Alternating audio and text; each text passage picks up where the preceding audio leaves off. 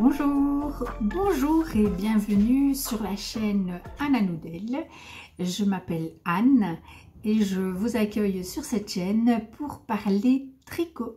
Je suis une tricoteuse belge qui vit en partie en Belgique et en partie dans le sud-ouest de la France. Voilà. Et aujourd'hui, c'est ma 100e vidéo. Alors, j'ai choisi de faire une vidéo foire aux questions pour répondre aux quelques questions que vous m'avez gentiment posées sur YouTube et sur Instagram afin que nous fassions un petit peu plus connaissance et puis que j'ai l'occasion de vous partager autour de ma passion du tricot, autrement qu'en vous présentant les tricots que je termine ou qui sont en cours, ce que je fais habituellement. Alors, si vous êtes là pour la première fois, eh bien, bienvenue. Sachez que cette vidéo sera un petit peu différente de ce que je propose d'habitude. Néanmoins, j'espère que le programme plaira à tout le monde, aux nouveaux et aux plus anciens. Sachez que chacun de vos abonnements me fait infiniment plaisir, tout comme vos commentaires, vos j'aime, etc. Et donc voilà, j'ai décidé il y a quelques années de faire des podcasts parce que j'adore en regarder et que je voulais à ma manière contribuer à la sphère des podcasts tricot. Et donc, mais je l'ai fait vraiment dans une envie de partager avec vous. Et donc, ben voilà, n'hésitez jamais à me laisser un commentaire ou à m'envoyer un message sur Instagram. Cela me fait très plaisir.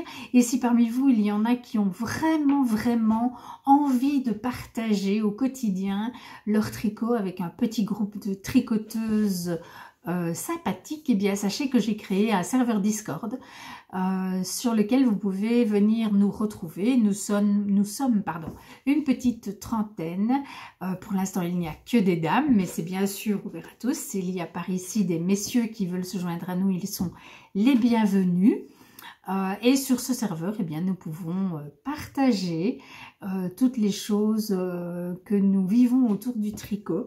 Et c'est très agréable. Bon, voilà. Voilà une petite introduction. Donc voilà, si vous souhaitez me rejoindre sur Discord, eh bien, vous m'envoyez un message sur Instagram. Et si vous n'avez pas Instagram, vous pouvez m'envoyer un mail via mon blog. Vous aurez l'adresse du blog dans la barre de description de cette vidéo. Voilà. Ben voilà, je pense que je vous ai dit ce que je voulais vous dire. J'espère que vous allez tous bien. Voilà, aujourd'hui, on a pas mal de lumière. J'espère que ça va aller. Peut-être que je devrais quand même allumer parce qu'il y a quand même pas mal d'ombre. Je regarde. C'est peut-être quand même un petit peu mieux comme ça. Voilà. Oui, il me semble que c'est mieux. Bon. Alors, j'ai ici quelques questions. Il n'y en a pas trop. Quelques-unes. Je vais les prendre dans l'ordre et je vais faire de mon mieux pour satisfaire votre curiosité. Alors, Catherine me demande quel est ton rituel tricot dans la journée et combien de temps tricotes-tu par jour?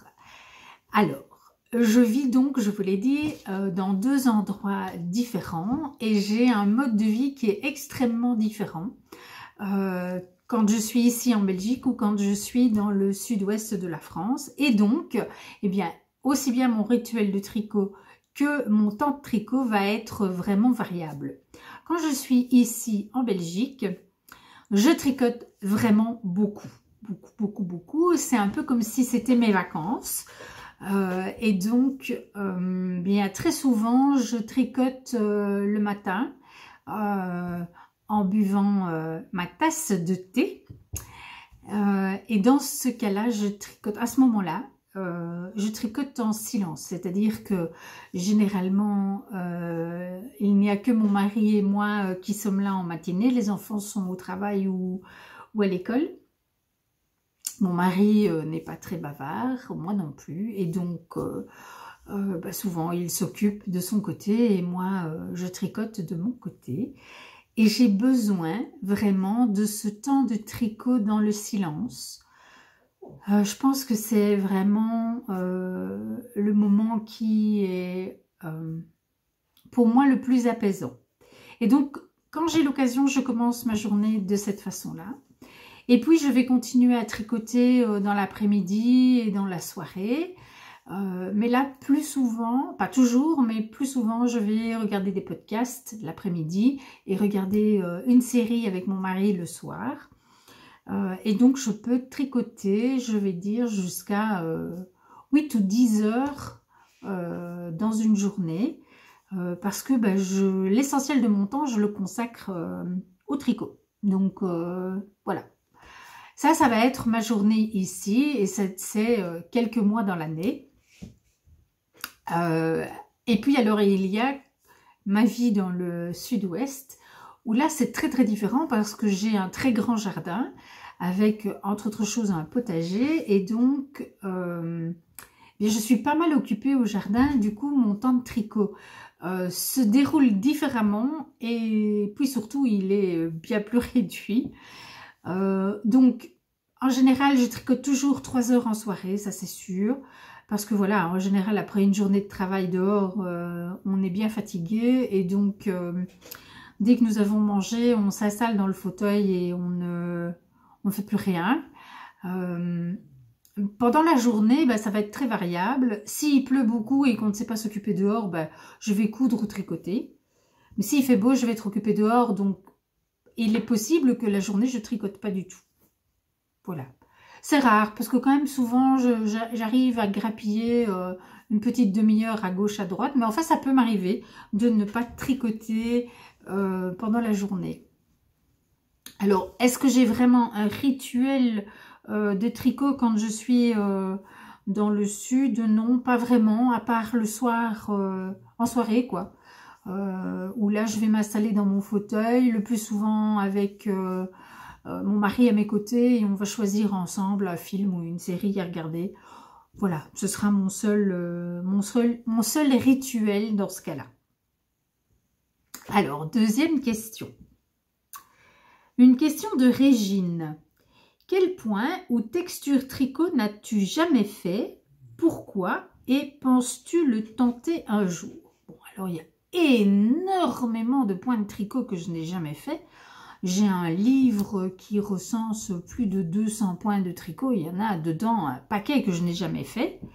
Donc, si je ne les ai jamais fait, c'est généralement parce que je ne me suis jamais lancée dans un patron qui les proposait. Donc ça va être la raison principale. Est-ce que je vais les tenter un jour? Je n'en sais rien, parce que ça va dépendre des patrons qui pourraient me séduire. Je peux dire qu'une chose que je n'ai jamais fait, c'est un pull type irlandais. Donc comme le Ingrid Sweater de Petite Knit, qu'une de mes amies, Cécile, a fait il n'y a pas longtemps, et donc j'ai pu voir, voilà, qui est donc... Ah non, le Ingrid Sweater, c'est peut-être des bandes. Oui, je ne sais plus. Enfin, un pull avec beaucoup de textures différentes, et des torsades, etc. Ça, je n'ai jamais fait. Est-ce que je le tenterai un jour? Peut-être. Pour le moment, je n'ai pas particulièrement envie de faire ce type de pull, mais je ne suis pas à l'abri de tomber en amour d'un patron. Voilà, et donc dans ce cas-là, je le ferai. Donc, je pense que je pense qu'il y a peu de choses que je ne veux pas tenter. A priori, même il n'y en a pas. Je crois que j'ai besoin de me laisser tenter, guider par un patron qui me séduit. Et puis, parce que j'ai envie de faire le patron, je vais faire ce qu'il y a à faire dedans. Voilà ce que j'ai envie de dire par rapport à ça. Alors, Laetitia. Laetitia me demande, as-tu déjà essayé de créer ton propre patron? Et si oui, as-tu aimé le processus? Alors, oui, j'ai déjà créé un patron de châle qui s'appelle En attendant le printemps. Je vous mettrai le lien du patron sous la vidéo si ça vous intéresse. C'est un patron tout à fait gratuit. Alors, est-ce que j'ai aimé le processus de création? Oui. J'ai aimé ça. Est-ce que j'aime ça autant que de suivre le patron de quelqu'un d'autre? Je crois pas. Je crois pas. J'ai aimé parce qu'en fait, c'était chouette pour moi de faire ce que j'avais envie de faire. Voilà. De toute façon, c'était une idée obsédante. Donc, il fallait que je le fasse. J'avais ce truc dans la tête qui me tournait tout le temps. Donc, je l'ai fait. Ça m'a plu de le faire. Mais je trouve ça extrêmement fastidieux. Parce que j'ai eu envie... Pardon. J'ai eu envie de le proposer aux autres. En fait, si je l'avais fait rien que pour moi, avec mes aiguilles et me dire « Ah oui, maintenant j'ai envie de faire ça, maintenant j'ai envie de faire ça », je pense que j'aurais juste aimé. Mais là, j'ai eu envie de le faire et puis de le partager avec tout le monde. Et donc, il a fallu que je le rédige. Ça, je n'ai pas trouvé que c'était très planant, la rédaction. Et je suis en train de... je suis de nouveau dans un processus créatif qui est encore plus compliqué, je trouve, parce que je sais pas où je vais. Enfin, c'est compliqué à dire, mais je me laisse porter par le processus et je trouve qu'il est très en dents de scie. Donc, il y a des moments où je tiens une idée et je me dis « Ah oui, oui, oui, oui, oui » et hop, je tricote, je tricote, je tricote et je suis contente. Et puis... Après, voilà, je sens qu'il faut qu'autre chose arrive et je n'ai pas l'étincelle tout de suite, donc je mets en pause et puis à un moment donné, hop, l'idée arrive.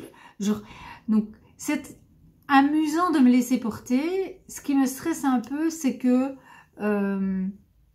j'ai tendance à me mettre des délais, ce qui est une erreur parce qu'en fait, il y a rien ni personne qui m'oblige à mettre un certain temps pour le réaliser. En fait, je pourrais prendre mon temps, mais voilà, j'ai ce travers-là de vouloir me mettre un délai.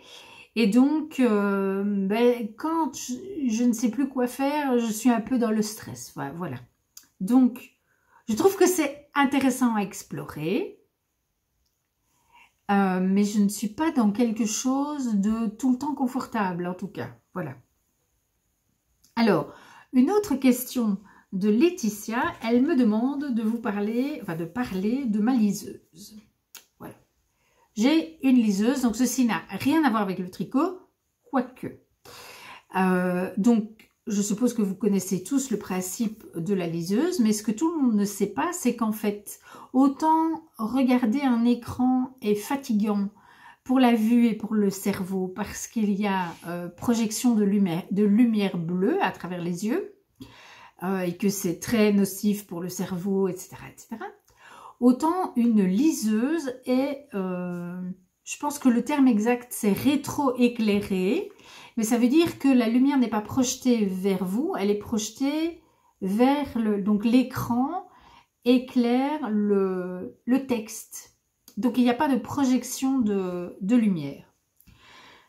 Alors, beaucoup de personnes se crispent par rapport à la liseuse parce que ils disent aimer l'objet livre, avoir besoin du contact avec le papier, que les livres ce sont de beaux objets qu'ils ont envie de continuer à côtoyer, etc. Alors je ne sais pas si vous voyez la bibliothèque que vous voyez là derrière, mais je suis aussi une grande amoureuse des livres. Là vous avez à peu près 1/10 de ce que je possède en bouquins.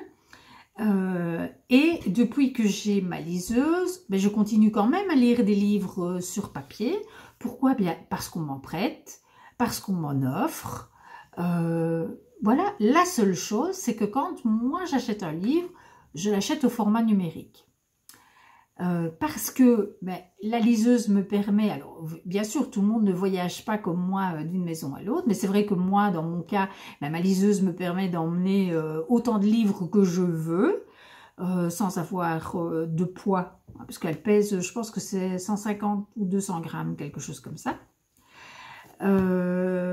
Voilà, mais donc je pense que c'est une erreur de penser que parce qu'on achète une liseuse, on n'aura plus jamais de livres en main.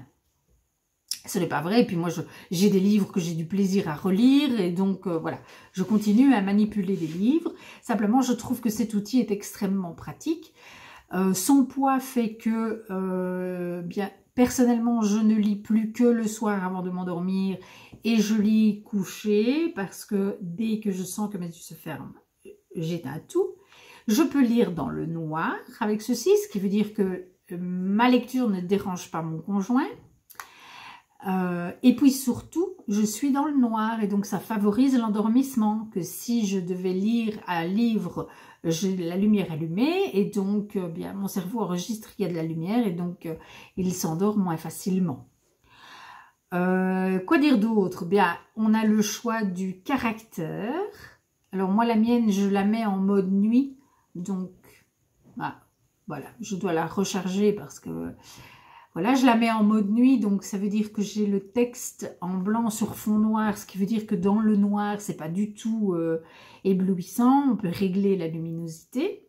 Et puis surtout, on peut choisir la taille des caractères, le type de caractères. C'est des caractères qui vous plaisent plus que d'autres, qui sont plus faciles à lire. Et puis moi, personnellement, eh bien, ça me permet de lire en tricotant si je le veux. Un livre, bah, vous devez obligatoirement caler les pages, etc. Ici, vous posez votre liseuse. Moi, je la pose en général sur mes genoux ou bien sur une chaise juste à côté de mon fauteuil. Et pour changer de page, vous n'avez qu'à taper sur l'écran et il avance d'une page. Et donc, eh bien voilà, moi personnellement, je suis une grande convaincue de la liseuse. Je trouve que c'est vraiment un investissement idéal. Alors voilà, Laetitia, je ne sais pas si j'ai répondu à toutes tes questions. Enfin voilà, tu as vu la mienne. Donc la mienne, c'est une de la marque Tolino, mais c'est une marque d'une librairie qui s'appelle Club. Et je ne crois pas que vous les ayez en France. Je pense que ça n'existe qu'aux Pays-Bas et en Belgique. Cela dit, je pense que la marque n'a pas beaucoup d'importance. Il y a des sites de vente de livres numériques et on trouve de plus en plus de livres en version numérique. Donc, ça devient rare un livre qui sort et dont la version numérique n'existe pas. Et il y a aussi des sites qui vous permettent de télécharger des livres gratuitement. Donc, voilà, je trouve que c'est vraiment une fort belle solution. Voilà. Laetitia m'avait demandé d'en parler, j'en parle. Pour moi, la connexion avec le tricot, bah, c'est le fait que ça, je peux lire en même temps que je tricote, alors qu'un bouquin, c'est trop compliqué à installer. Voilà. Alors, question de Béatrice. J'aimerais savoir ce qui t'a donné l'envie de tricoter, comment tu as appris et quelle satisfaction cela t'apporte. Alors, dans l'ordre, j'ai appris à tricoter à l'école primaire parce qu'à l'époque on avait des après-midi consacrés à la broderie et au tricot. Je pense que c'était les deux seules activités, oui, broderie et tricot. Donc moi j'ai appris le point de croix et le tricot en primaire et j'ai bon, l'histoire de mon apprentissage du tricot est assez terrible. En tout cas, moi, j'en garde un souvenir terrible. Donc, je vais vous le partager.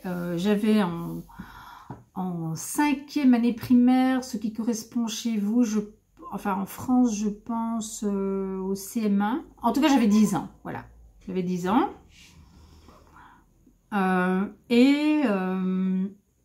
J'avais une institutrice extrêmement méchante.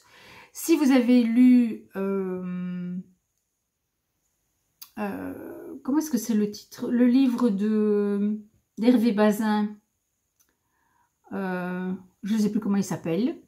Je sais que le 2e tome, c'est la mort du petit cheval. Mais enfin bref, avec le personnage de Folcoche. Voilà, si vous connaissez Folcoche, si vous avez lu Folcoche, eh bien sachez que mon institutrice de l'époque, c'était Folcoche. Aujourd'hui, elle doit être morte. Voilà. Elle était d'une méchanceté terrible. Elle était terriblement méprisante. Humiliante, c'était donc très stressant. Voilà, moi j'ai vécu cette année-là un stress épouvantable et donc c'est elle qui nous a appris à tricoter. Et moi je me souviens, c'est très drôle aujourd'hui, mais sur le moment c'était pas drôle du tout. Nous devions tricoter un châle pour la fête des mères et il y avait 4 couleurs de laine. Rose pâle, jaune pâle, bleu ciel et noir. Et c'était bien sûr elle qui décidait qui allait tricoter dans quelle couleur. Moi, je tricotais, j'étais tellement stressée dans cette classe que je tricotais, mais hyper serré. Et donc, mes mailles ne glissaient pas du tout sur l'aiguille. Mais quand je dis pas du tout, c'est pas du tout, quoi. Et j'avais monté mes mailles. Je crois qu'on devait monter 100 mailles, un truc comme ça. Et moi, j'avais 10 cm de mailles sur mon aiguille. Et donc, voyant ça, elle nous avait d'abord donné des vieilles pelotes pour qu'on s'entraîne. Elle avait arraché le fil de mes aiguilles. Elle m'avait dit « Vous ne saurez jamais tricoter ». Et elle m'avait donné une pelote noire. Et donc, c'était terrible parce que moi, je me disais que j'allais devoir tricoter un châle noir à ma maman. Et ça me semblait une punition. Enfin, j'avais l'impression que pour la fête des mères, lui offrir quelque chose de noir, c'était comme... c'était pas un message d'amour pour moi. Donc, c'était terrible. Et donc, elle n'a pas arrêté de me marteler l'esprit en me disant que je ne saurais jamais tricoter, etc. Et je suis rentrée chez moi en larmes, évidemment. Et ma mère, à qui au départ je ne voulais rien dire, puisque c'était censé être son cadeau de fête des mères, elle m'a parlé longtemps, etc. en m'expliquant que c'était vraiment important que je lui dise pourquoi j'étais si triste, etc. Donc, j'ai fini par lui avouer. Elle a éclaté de rire en me disant « Mais ma chérie, bien sûr que tu sauras tricoter. On va le faire ensemble. » Et donc, en fait, ma maman m'a aidée à tricoter ce châle qui était censé être son cadeau de fête des mères, enfin, qui a été son cadeau de fête des mères. Et tous les jours, on tricotait ensemble. Et bon, souvent, vous imaginez, sur 100 mailles... Enfin, c'est des rangs qui n'en finissent pas pour une petite fille de 10 ans. Et donc, je commençais. Et puis, quand j'avais fait, je sais pas moi, j'étais restée 10 minutes sur mon tricot. Maman me disait, allez, donne-moi maintenant, je vais finir le rang. Elle finissait le rang. Et puis, on recommençait. Et donc, on a tricoté ensemble ce fameux châle que je lui ai donc offert à la fête des mères. Et voilà, ma maman est décédée il y a tout juste 1 an. Dans quelques jours, il y aura 1 an. Et jusqu'à la fin de sa vie, ma maman a utilisé ce châle que je lui ai tricoté quand j'avais 10 ans et j'en ai 56, donc j'en avais 55 quand elle est décédée. Donc ça veut dire que ma maman a utilisé ce châle pendant 45 ans de sa vie. À mon avis, c'est l'objet personnel qu'elle a dû utiliser le plus longtemps. Et donc, voilà, cette vilaine folcoche qui m'avait... torturée pendant 3 mois avec ce tricot, eh bien elle n'a finalement pas eu gain de cause, puisque non seulement j'ai pu finir ce châle et le lui offrir, mais en plus elle en a fait un magnifique usage. Voilà. Donc ça c'est l'histoire de comment j'ai appris à tricoter. Bon, c'est pas banal, hein, c'est pour ça que je voulais raconter dans le détail. Mais sinon, bon, après ça, vous pensez bien que je n'ai plus eu envie de tricoter pendant très longtemps. Et ce qui m'a rendu l'envie de tricoter, en fait, c'est ma grand-mère, la maman de ma maman, qui était vraiment une personne à laquelle je tenais énormément et qui était précieuse à mes yeux. C'était vraiment l'image féminine la plus chaleureuse que j'avais dans mon entourage de petite fille. Elle tricotait tout le temps. Et donc, en fait, j'ai vu ma grand-mère tricoter... des pulls et des pulls et des pulls et des pulls et des pulls et des pulls et des pulls. Et donc, je pense que j'associe le tricot à cette image de la générosité, de la bonté, de la tendresse. Et je crois que plus je vieillis et plus j'ai envie de lui ressembler. Et donc, ben voilà pourquoi j'ai tant de plaisir aujourd'hui à tricoter. Voilà. Alors, la dernière partie de la question, c'est quelle satisfaction est-ce que cela t'apporte? Je pense que j'ai toujours aimé créer des choses. Pour moi, c'est extrêmement important. Je pense que je suis profondément créative. Et donc, j'ai toujours beaucoup bricolé, toujours fait beaucoup de choses avec mes mains.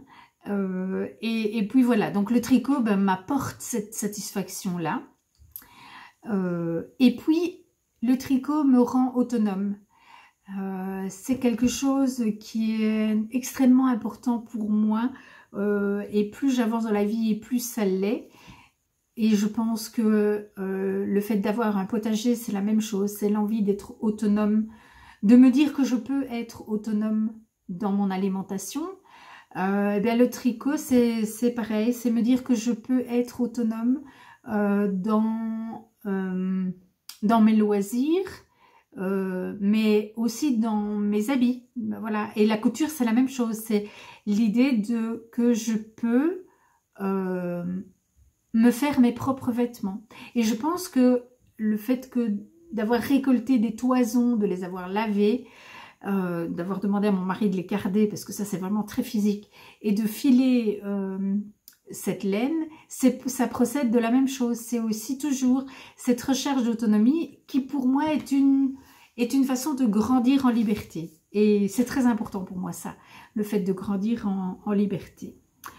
Ben voilà, donc voilà ce que ça m'apporte. Alors, une question de Cathy qui ressemble un peu à la précédente, mais qui est quand même un peu différente. C'est: pourrais-tu expliquer en quoi le tricot te fait du bien? Et donc en fait, le tricot m'apaise. Le tricot me met dans un état de tranquillité intérieure dont j'ai terriblement besoin. Et le tricot me permet de prendre de la distance par rapport à tout ce qui peut être soucis, tracas, etc. Je crois que quand je tricote, quand j'ai mes aiguilles en main et quand je suis concentrée sur mes mailles, que ce soit un tricot facile ou pas facile, quand j'ai les yeux qui regardent ce que je fais et que je suis dans mon tricot, j'ai l'impression que tout va bien. Voilà, je crois que c'est ça. J'ai l'impression que tout va bien.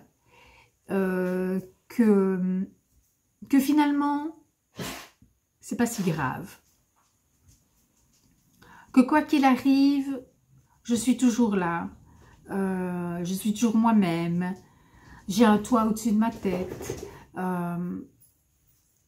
Qu'il n'y a pas de... qu'il n'y a pas de menace vraiment grave. Voilà. Je pense que tant que je peux tricoter, c'est qu'il y a suffisamment de paix.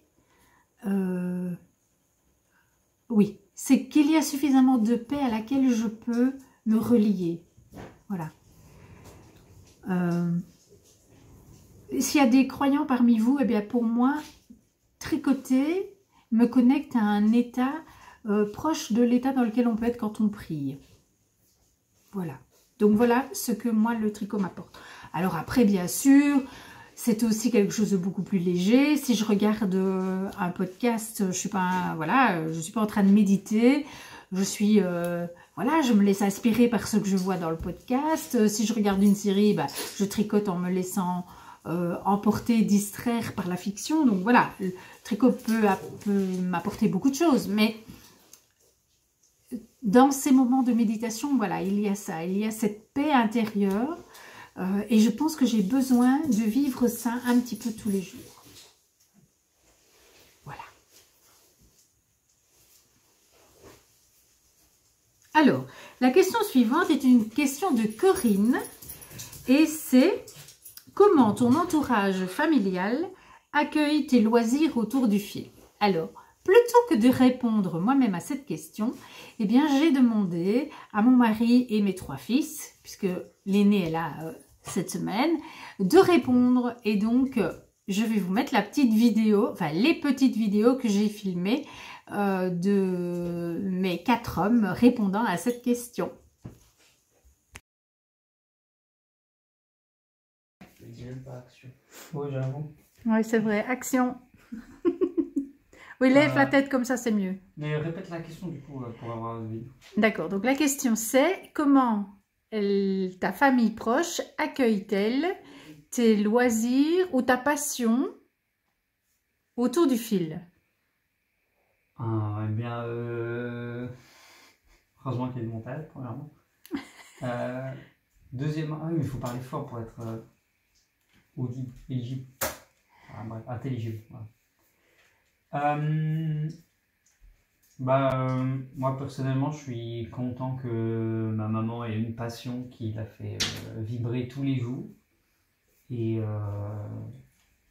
et honnêtement, que ce soit le tricot ou autre chose, c'est pas ce qui compte le plus pour moi, mais si elle est heureuse en faisant ça, bah, c'est tout ce qui compte.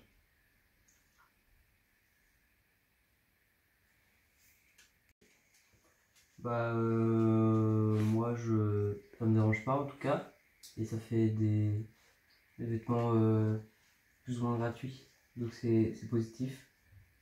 Et, et c'est une passion comme une autre, et je vois pas de problème. Donc, donc la question, je vais répondre à la question. Donc je suis le premier fiston de ma maman. Et moi, ça me rend très heureux de l'avoir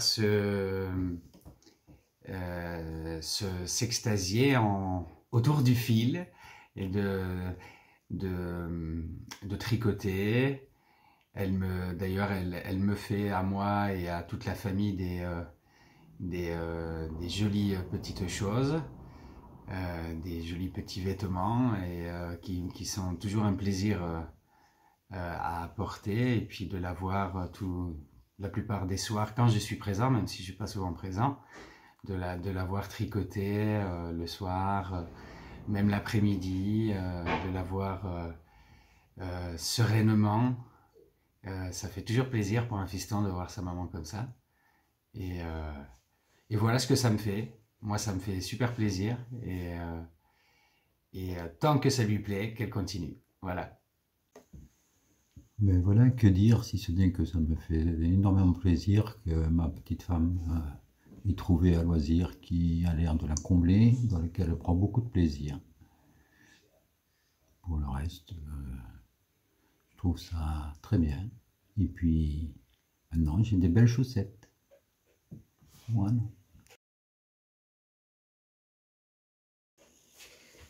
Alors, eh bien voilà, la question suivante, c'est une question de Christelle.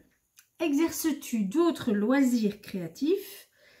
Combien de temps arrives-tu à crocheter chaque semaine ou à tricoter ou à crocheter chaque semaine? Alors, d'autres loisirs créatifs, pour le moment, je fais un petit peu d'aquarelle. Voilà, j'aimerais... en fait, j'adore la couleur, jouer avec la couleur. Donc, je teins de la laine, c'est aussi un loisir créatif. Je le fais uniquement pour mes tricots à moi, donc je ne vends pas de laine que je teins, mais je me fais plaisir en faisant de la teinture de laine. Je fais un petit peu d'aquarelle, c'est la même chose, c'est jouer avec la couleur. Je fais effectivement un petit peu de crochet, je fais de la couture. Alors, la couture, je ne vis pas du tout ça comme un loisir créatif, moi, personnellement. Je vis ça comme un vrai travail. Je trouve que la couture, c'est un niveau d'exigence extrêmement élevé. Et donc, moi, je ne peux pas me détendre en faisant de la couture. Pour moi, c'est une activité qui réquisitionne énormément comment est-ce que je veux dire, qui réquisitionne énormément de facultés de mon cerveau. Voilà, donc je dois être concentrée, je dois être minutieuse. Souvent, ça me... Non, Lotus, non, non, non, non, excusez-moi. Ça me demande énormément de concentration, de réflexion, d'autant plus que j'ai pas... Moi, le passage de la 2D à la 3D, c'est quelque chose qui est très, très compliqué pour moi. Donc voilà. Pour moi, la couture, c'est créatif, mais c'est pas relaxant. C'est pas un loisir où je vais me détendre. Donc, d'ailleurs, très souvent, après avoir cousu pendant 2 ou 3 heures, je dois absolument tricoter. Parce que sinon, je suis comme une pile électrique. Donc, voilà. Pour ce qui est du temps que je consacre au tricot par semaine, je vous ai expliqué tout à l'heure, voilà, multipliez par 7 ce que je tricote par jour et vous aurez ce que je tricote par semaine. Mais c'est très très variable au cours de l'année, quoi. et de là où je suis, et voilà, et puis des activités familiales. Effectivement, je ne travaille pas. Donc, je n'ai pas d'activité professionnelle qui me prend du temps, mais j'ai quand même une famille. Et donc, voilà, vous avez vu mes 3 fils. Enfin, vous en avez vu 2 de dos parce que, voilà, ils ne voulaient pas, ils souhaitaient ne pas être face caméra, ce que je respecte tout à fait. Mais j'ai une fille aussi, mais qui est actuellement en voyage au Mexique. Et donc, ben voilà, nous avons quand même aussi... du temps en famille et ça j'y accorde de l'importance et donc bah, ça va aussi influencer mes heures de tricot. Alors une question de Sylvia, alors une question très pointue. J'aimerais que tu nous expliques ta manière d'organiser ton cahier. Tu nous montres toujours les patrons et de tes encours bien reliés, faciles à retrouver. Alors effectivement, j'utilise un système qui est un système belge qui s'appelle Atoma et donc c'est en fait des anneaux qui se mettent dans des petites perforations. Donc j'ai acheté la perforatrice, voilà, bon alors c'est à l'envers, hein, toujours, donc c'est la perforatrice Atoma, comme ça vous voyez le nom, c'est A-T-O-M-A, tout simplement, comme ça se prononce. Cette perforatrice permet de faire les encoches, je vais vous en sortir une, et donc c'est très facile. Attendez, je vais vous choisir quelque chose qui ne portera pas préjudice à un patron payant. Je vais trouver... de patience. Voilà, donc ici ben, j'ai la page de garde du châle Shima. Bien voilà, en fait si je veux l'enlever, c'est très simple. Voilà, et ma feuille est enlevée. Voilà, et je la remets. Alors pour la remettre, eh bien je dépose la feuille devant les anneaux et j'enfonce. Voilà. Donc c'est un système qui est extrêmement, voilà, extrêmement facile. Et donc ça veut dire que vous pouvez mettre et enlever super facilement vos patrons. Donc moi j'ai un carnet avec mes encours, voilà, dans lequel je mets tous les tricots et travaux que je suis en train de réaliser. Et puis j'ai des cahiers par thématique. Donc j'ai un cahier pour les châles, un cahier pour les chaussettes, un cahier pour... les pulls, un cahier pour les gilets, voilà. Et ça, c'est mon cahier châle. Et donc, les patrons entrent et sortent des carnets en fonction de mes besoins. Et donc, bah, si vous voulez vous procurer le matériel, en fait, vous vous adressez à la société atoma.be. Je ne suis pas du tout sponsorisée, mais pas du tout. C'est vraiment parce que Sylvia m'a posé la question et que je vous partage ça. Vous pouvez leur acheter la perforatrice. C'est cher, hein, c'est onéreux, mais bon, une fois que vous l'avez, vous pouvez... si vous avez beaucoup de carnets à faire, nous ici, moi je m'en suis servi pour mon travail quand je travaillais. Les enfants s'en sont servis à l'école.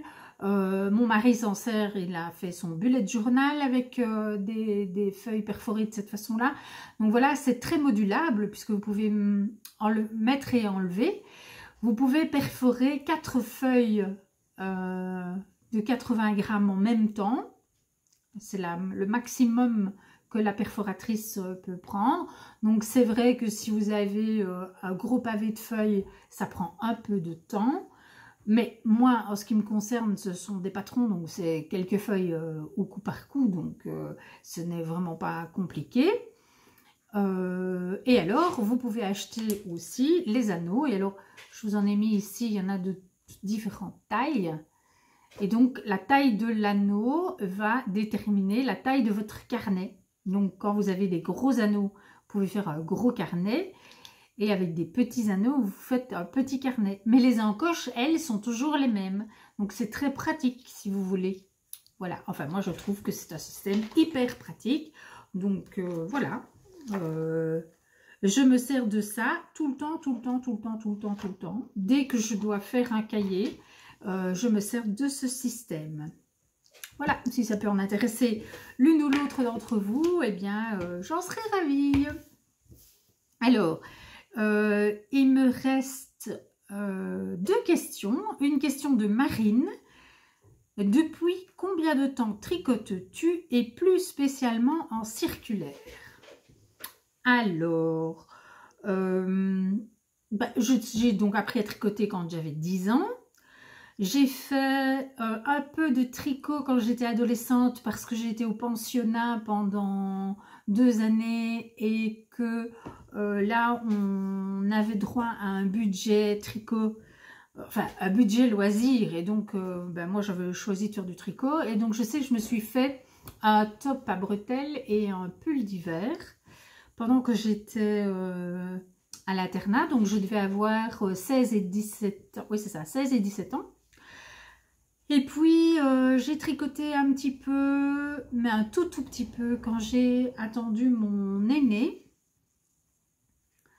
Mais honnêtement, j'ai pas vraiment réussi à m'y remettre.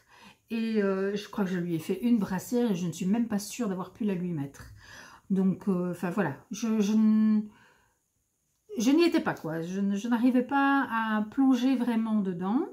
Quand mes enfants étaient petits, je n'ai pas tricoté parce que ma maman, ma grand-mère et ma belle-mère tricotaient et que je trouvais que c'était beaucoup plus confortable de commander ce que je voulais plutôt que de faire moi-même.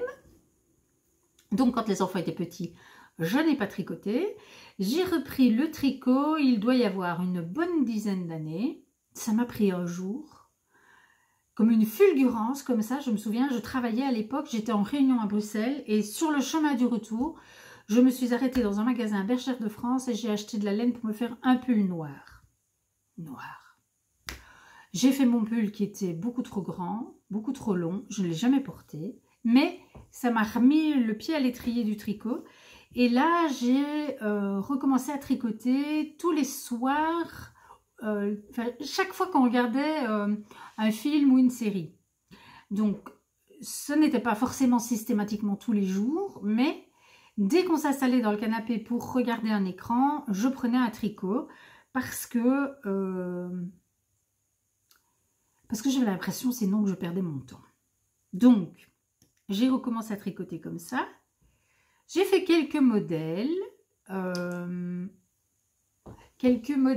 Lang, parce que j'avais déniché ici en ville, dans un petit quartier de la ville, un magasin de tricot qui malheureusement n'existe plus et qui vendait notamment la laine Lang et qui avait les revues avec les patrons. Et donc pendant, je dirais 2 ans peut-être, j'ai fait des patrons tirés de ces revues avec des fils que j'achetais là-bas. Et puis, je ne sais plus comment ça s'est fait. Et donc là, c'était toujours des aiguilles droites. Entre-temps, j'avais découvert Ravelry, mais ça me faisait un petit peu peur. Je ne comprenais pas trop comment ça fonctionnait. J'avais vraiment personne pour m'écoler par rapport à Ravelry. Donc, j'ai mis beaucoup de temps. Et puis, finalement, j'ai vraiment eu envie de me lancer. Et je sais que le premier pull que j'ai tricoté en circulaire, c'était le Humulus d'Isabelle Kramer, que j'ai détricoté depuis parce qu'il a pris le fil que j'avais choisi un Merino 4 de chez Bodylane qui se détend énormément et donc mon pull a pris 2 tailles, 2 tailles en largeur, une taille en longueur, enfin bref, je ne l'ai pas porté. Mais donc ça a été mon tout premier tricot en circulaire, seulement je ne saurais plus vous dire de quand ça date. Bon, je regarderai sur Ravelry parce que c'est le tout premier projet, je pense, que j'ai mis sur Ravelry. Donc voilà, j'irai voir, je vous l'écrirai sur l'écran. Donc ça a été mon premier pull en circulaire.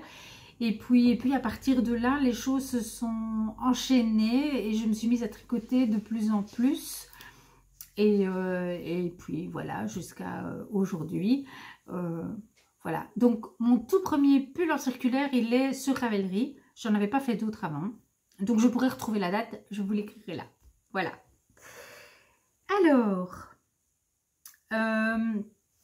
une question de l'atelier de Mimine. As-tu une technique tricot qui te fait peur?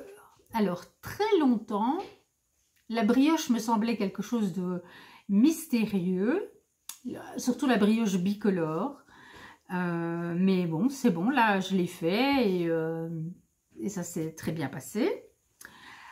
Le stick m'a fait peur pendant bien longtemps aussi, en me disant « Oh mon Dieu, jamais je n'oserais couper dans un de mes tricots, etc. » Et puis en fait, à force d'avoir vu différentes personnes tenter la chose, je vais dire, ça me fait de moins en moins peur. Et pour le moment, Laetitia de Comme 3 Pelotes est en train de tricoter la couverture de Noël en jacquard de la marque, je crois que c'est West Yorkshire Spinner qui propose ce patron-là.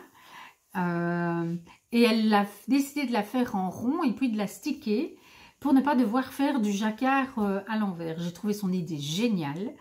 Et donc, bon, j'ai trop de projets pour le moment, donc je ne me lance pas là-dedans. Mais, je me dis que je ferai peut-être bien comme elle et que ce sera l'occasion de tenter le stick aussi. Donc, le stick ne me fait plus vraiment peur, en fait. Je crois qu'il faut apprivoiser les idées, apprivoiser les techniques, aller voir comment les autres font, etc. Et puis pour finir, voilà. Donc en tricot, non, je ne crois pas qu'il y ait quelque chose qui me fasse vraiment peur.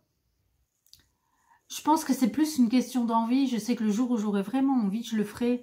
Ça a été comme ça pour la brioche et pour plein d'autres choses. Et donc, quand à un moment donné, un projet se présente à moi et que j'en ai vraiment envie, alors là, je fonce et je fais confiance et j'y vais. Et ça se passe toujours très très bien. Donc, pas vraiment de peur. Voilà. Ben, je crois que j'ai répondu à tout. Oui, j'ai répondu à toutes les questions qui m'ont été posées. Ben, j'espère que cette petite vidéo vous aura plu. Merci beaucoup à celles qui ont joué le jeu des questions. Ça m'a fait très plaisir. Voilà, parce que c'était gai de pouvoir changer un petit peu. Je vous reviendrai bientôt. Donc, j'ai terminé un projet tricot, mais il n'est pas encore lavé bloqué. Donc je ferai ça, je ferai la prochaine vidéo dans le courant de la semaine prochaine, d'autant plus que ce sera notre dernière semaine en Belgique et qu'après ça, ce sera la grande transhumance de printemps et que quand je vais arriver dans le sud-ouest, eh bien je vais être terriblement occupée et donc ben voilà, à partir de maintenant, enfin de début mars, ben, il faut considérer que je serai un petit peu moins présente en vidéo parce que j'aurai moins d'heures à passer au tricot et donc forcément moins de choses à vous proposer. Voilà. Mais je reviens quand même une fois la semaine prochaine avant le départ. Voilà. Je vous embrasse très fort. J'espère que vous allez bien. Profitez bien de vos heures de tricot. Je vous insérerai aussi, mais pas dans cette vidéo-ci, dans la prochaine, les images que j'ai tournées chez Sip & Knit quand je suis allée à l'apéro tricot la semaine dernière. Mais je vous parle de ça la semaine prochaine. Ciao, à bientôt.